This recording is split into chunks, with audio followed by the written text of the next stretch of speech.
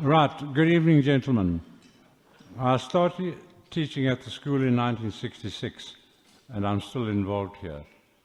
During this period of some 50 years, there were a number of people who had a great influence on my teaching career, and sad to say, they are all now absent. Desmond Abernethy, Abe as he was affectionately called, he was an intimidating figure to a young schoolmaster, with his furrowed brow and bushy eyebrows. He was an outstanding orator with his Irish lilt and kept staff and boys spellbound at every Friday assembly. One of my abiding memories was Abe's walk about the school. One could never know when his gown would appear in the classroom window. This kept staff and boys on their toes. Will Hofmeyer. Here was a man who epitomized the essence of a gentleman. He was the most meticulous man I've ever come across. Every T and every cross and every I had to be dotted. He was a great cricket and rugby coach and a Latin scholar. He taught me everything I know about keeping a straight bat. Malcolm Armstrong, unfortunately passed away in his prime. He was a man of integrity. He was always at loggerheads with the TED and was given a very hard time by the department as his liberal thinking did not suit the politics of the day. He too was an outstanding orator, and his Friday assemblies were always very special. He was a great lover of the arts, and music and dramatics flourished during his tenure. Charlie Mulvena, who found love late in life. Unfortunately, his romance only lasted a few short years as he passed away and undergoing a hip replacement. Charlie was instrumental in persuading me to take up my teaching at the school on the hill.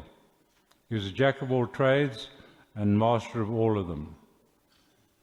He was a master in charge of cricket and athletics, and he coached rugby.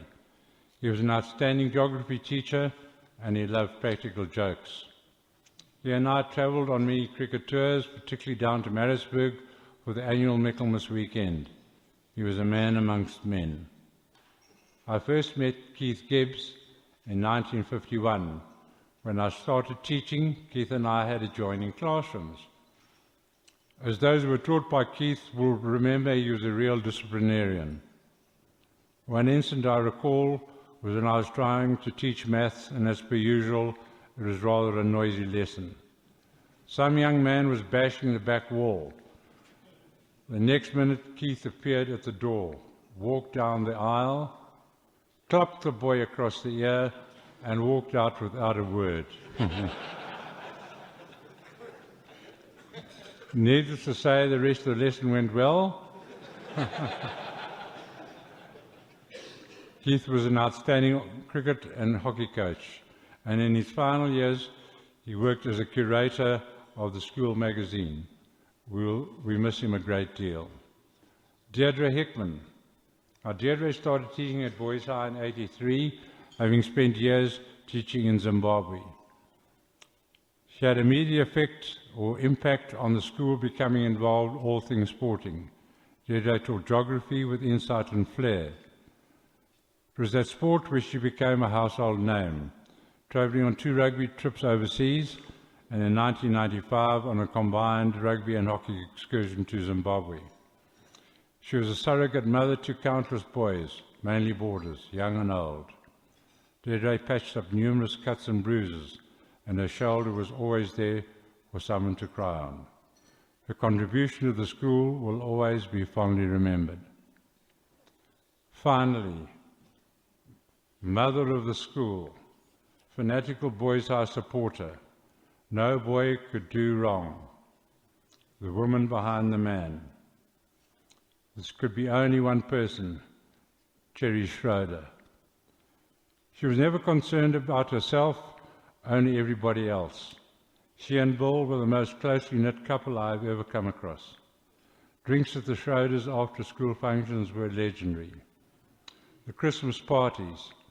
I, for my sins, was Father Christmas. And I never left without my bottle of cane or a carton of Camel.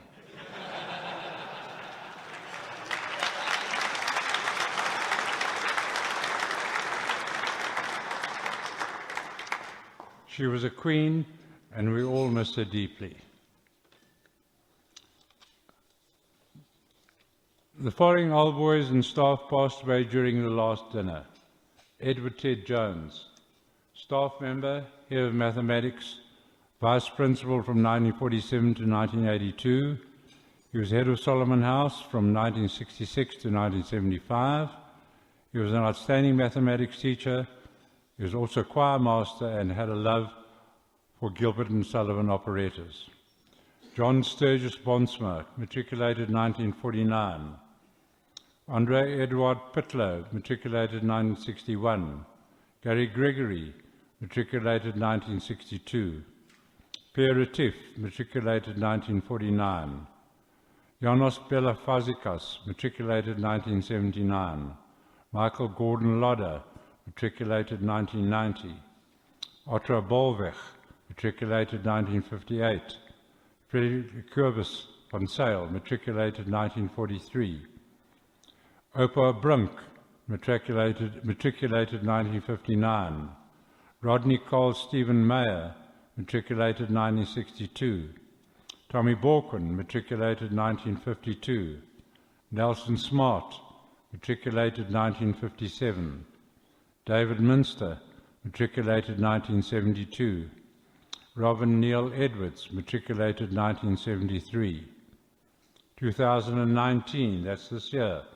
Donald Keith Ross, matriculated 1957. Jeffrey John Michael Wilkins, matriculated 1950. Dacre Punt, matriculated 1954. Vernon Edward Oliver, matriculated 1965. Donald Finlay Dick, matriculated 1951.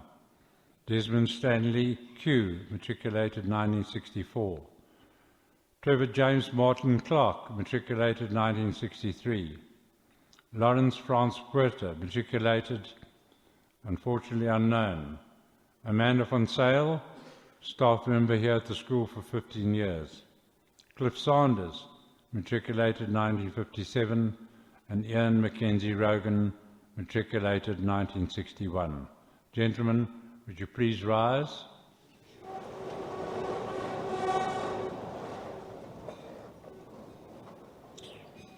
And drink a toast to absent friends. Thank you.